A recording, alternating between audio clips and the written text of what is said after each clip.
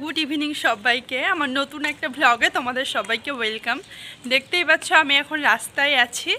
আর রাস্তায় আছি বলতে আমি এখন আমার মাদের ওখানে যাচ্ছি। এখন 4:30 মতো বাজে। মাদের ঘরে গিয়ে আমার মারা নেই, মারা মালদা গেছে। তো মালদা থেকে আসছে দুপুরের ট্রেনে, এখানে আস্তে আস্তে 6টা-7টা বাজবে। তাই ভাবলাম আমি গিয়ে জলগুলো সব ভরে দিই, না হলে আবার এসে জল পাবে না। ছেলেকে রেখে এসছি ওর ঠাম্মার কাছে, ছেলে উঠে গেছে। আমি যখন আসি তখন খাইয়ে দাইয়ে ওকে ঘুম পাড়িয়ে দিয়ে এলাম, বেরিয়েছি দেখছি ছেলে উঠে গেছে। তো মাদের ওখানে যাব, তোমরা পুরো ভ্লগটা দেখতে থাকো। আজকে বিকেল থেকে ভ্লগটা শুরু করলাম, আমি বেশিরভাগ সকাল থেকেই ভ্লগ দিই তোমাদেরকে। তো চলো পুরো ভ্লগটা তোমরা দেখতে থাকো, আশা করছি ভালো লাগবে। দুদিন আগে বৃষ্টি হয়েছিল প্রচণ্ড, সেটাই একটু ভয়। মাও আছে, আমিও তাদের ঘরে যাচ্ছি, দেখি জল উঠেছিল নাকি। যদি জল ওঠে তাহলে আমার আরও কাজ বেড়ে গেল, কারণ তারা আসবে, একটু পরিষ্কার পরিচ্ছন্ন না করলে ঘরটা কেরম লাগে। তো চলো তোমাদের দেখাই ঘর দুয়ারের অবস্থা কি হয়ে আছে মাদের দেশের বাড়ি যাওয়ার কারণ ছিল ওই বড়দির মেয়ের জন্মদিন ছিল, সেই উপলক্ষেই তারা বাড়িতে গেছিলো। তো চলো একবারই মাদের বাড়ি গিয়ে তোমাদের সাথে দেখা হতো। এই দেখো বন্ধুরা, মাদের ঘরের দরজার সামনে কি অবস্থা। এখনও আমি তালাই খুলতে পারিনি, বাইরেটা দেখেই তো আমার মাথা খারাপ হয়ে গেল। চলো তালা খুলি, তালা খুলে ভেতরে যাই, গিয়ে দেখি। বন্ধুরা আমার তো তালাই খুলছে না, সেম তালা সেম চাবি, কিন্তু আমি খুলতে পারছি না, জানি না কি হবে। চলো দেখি চেষ্টা করে তালাটা খুলতে পারি কি পারি না, কি হলো তারপর তোমাদেরকে বলছি। আমার সাথে যে এরকমটা হবে আমি সত্যি ভাবতে পারিনি। চাবি তো মানে হারিয়ে ফেলেছি, চাবি অন্য চাবি নিয়ে এসেছি। আর পেছন দিক দিয়ে মা বললো যে দুটো বালতি আছে, সেই বালতিগুলোই ভরে দিয়ে যাস যাতে বাথরুমে জল ইউজ করতে পারি। সেই পেছনে দুটো বালতি মার পড়েই থাকে, ব্যবহার হয় না, সেই দুটো বালতি ভরে দিচ্ছি। সেই পেছন রাস্তা দিয়ে এসে, মাদের রাস্তা সামনে, আমি এসছি পেছনে দিয়ে। কি অবস্থা, চাবিটাই নেই। কি মশা বড় বড় কামড়াচ্ছে বাবা।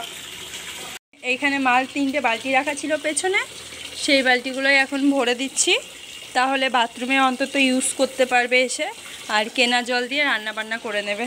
আর এখন তো জলের কোনো ব্যাপার না, কারণ এখন তো বাবার তো বিজনেস আছে না জলের, তো এখন সেখান থেকেই বাড়িতে অনেক জল রাখা থাকে বিক্রির জন্য, তো কয়েকটা আছে, সেই বোতল দিয়ে ব্যবহার করবে। এই যে এই রাস্তা দিয়ে আমি এসেছি, এই দিক দিয়ে এইখানে জল পড়ছে, জলটা বন্ধ করে নিয়েছি, তারপরে যাচ্ছি। ভরতে ভরতে কটা গাছ দেখতে পেয়েছি, এই গাছগুলো আমার মা লাগিয়েছে, আর সামনে আরও গাছ আছে। আমার না এইখানে কি একটা পোকা কামড়ালো, প্রচণ্ড জ্বালা করছে, জানি না কি পোকা কামড়ালো, ভীষণ জ্বালা করছে।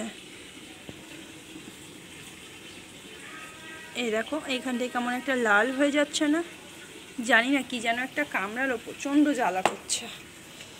এই যে দেখো লঙ্কার গাছ, অ্যাকচুয়ালি পেছন তো প্রচুর মশা, লঙ্কার গাছ, আর এখানে একটা ফুলের গাছ আছে, ঘাস ফুল, আর সামনে আমার মায়ের না কারি পাতা, তারপরে বেশ কটা গাছ রয়েছে। কি কি দেখো কত কচুর শাক। কিন্তু এই বালতিটা ভরলেই আমি চলে যাবো বাড়ি।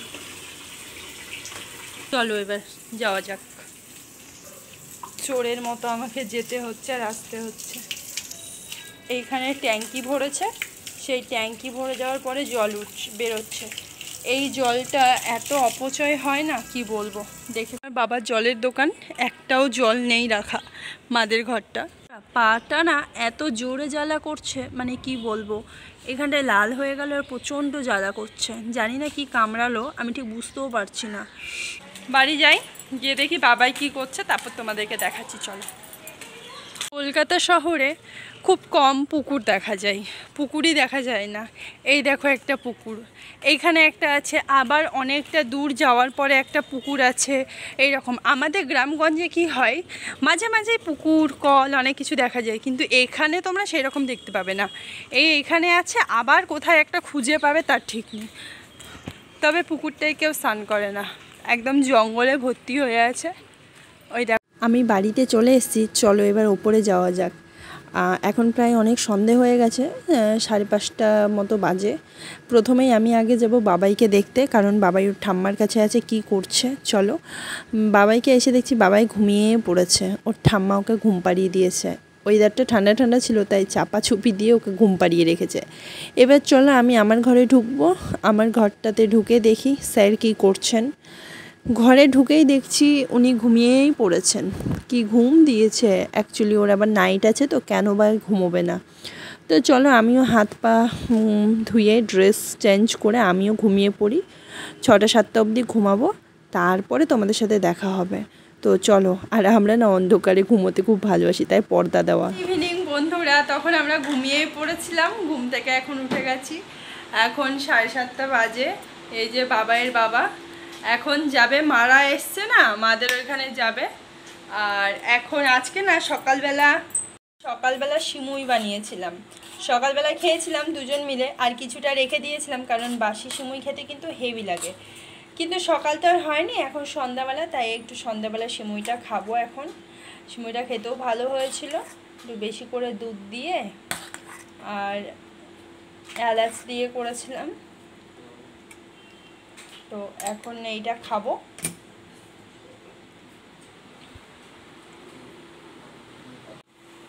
বললাম না একটুখানি খাও, এখন বাসিটা হেভি লাগে।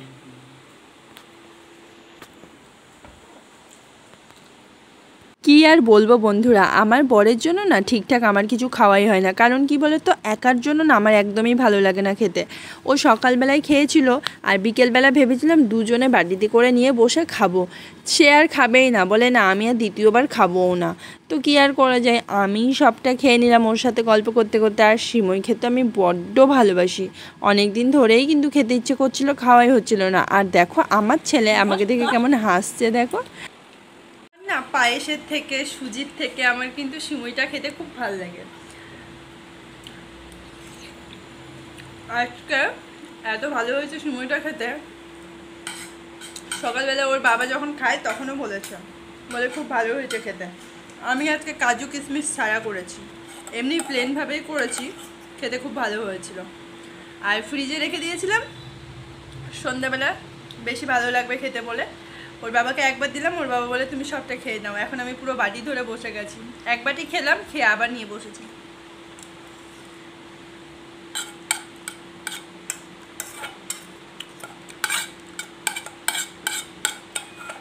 ওর বাবা বললো মুড়ি মাখতে, বললো আজকে মুড়ি মাখো তো পেঁয়াজ দিয়ে, চানাচুর দিয়ে। তো আজকে তো শনিবার, তো ওর বাবা এখন গেল ওই বাড়ি গেল, ওই বাড়ি থেকে আসুক কি বলে, দেখি কি খাবে। মালদা থেকে মা আম নিয়ে এসছে, তোমাদের দেখাবো, দাঁড়াও। বরকে দিয়ে কিছু মাল আনা করিয়েছি আজকে মাসকাবাড়ি, দেখি আজকে কি কি নিয়ে এসছে। কারণ আমার মাল অনেক রয়েছে মাসকাবাড়ি, টুকটাক কিছু জিনিস আনতে বলেছিলাম। একটা নিমকির প্যাকেট নিয়ে এসছে, একটা লিকুইড ভিমবার নিয়ে এসছে। এটা কি, এটা আবার তেল আছে, তাও এক প্যাকেট নিয়ে এসছে। ও সব কিছু বেশি বেশি নিয়ে আসে। এর মধ্যে বোধহয় শুকনো লঙ্কা, সুজি এক প্যাকেট রয়েছে, চা পাতা, হলুদ গুঁড়ো, সার্ফ, আর এখানে আছে আটা আছে, একটা ধনিয়া গুঁড়ো, দুটো বিস্কুটের প্যাকেট। এই বিস্কুটটা আমি খুব ভালো খাই। এর মধ্যে আছে কিছু একটা আছে, মনে হচ্ছে জানি না কি।